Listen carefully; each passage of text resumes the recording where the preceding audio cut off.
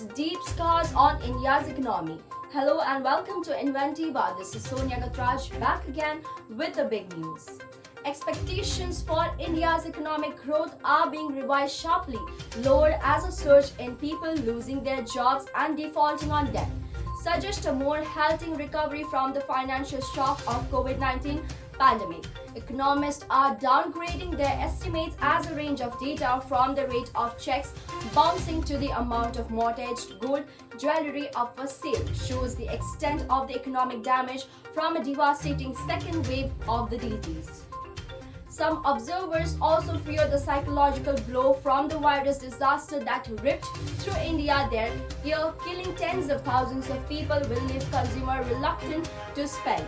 India's government is sticking with the forecast that the economy will grow 10.5% in the fiscal year that started on April 1st, but on Tuesday, State Bank of India, the country's largest lender, slashed its growth forecast to 7.9% from 10.4%. Several international banks such as Barclays and UBS have also cut back their predictions. After a 7.3% contraction in 2020-2021, the sharpest ever recorded by India, the relatively muted recovery puts India at odds with the countries like United States and China that are seeing a swift rebound as they emerge from the pandemic and suggests deeper damage has been done to an economy worth around 2.9 trillion before the crisis hit. The knock-on effect of subpar growth on a rapidly developing economy like India could be significant.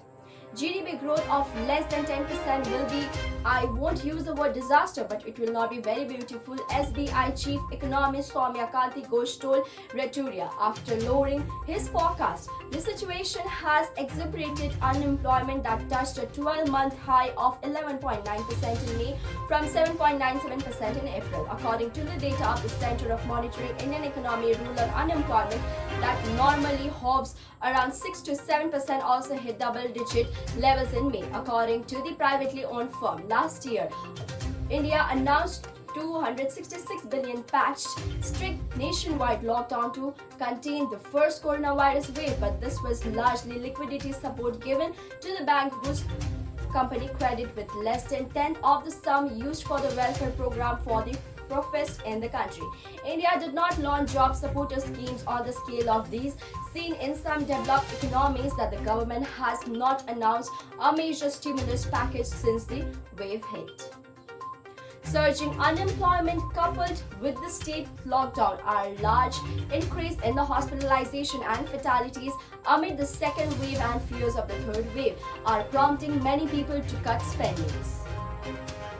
While car sales bounced back after the first wave last year, it was not a sale seen elsewhere and the recovery was brief. In many other economies, demand for big-ticket purchase soared when pent-up demand was released, with the new car sales in Europe jumping 265% year-on-year in April.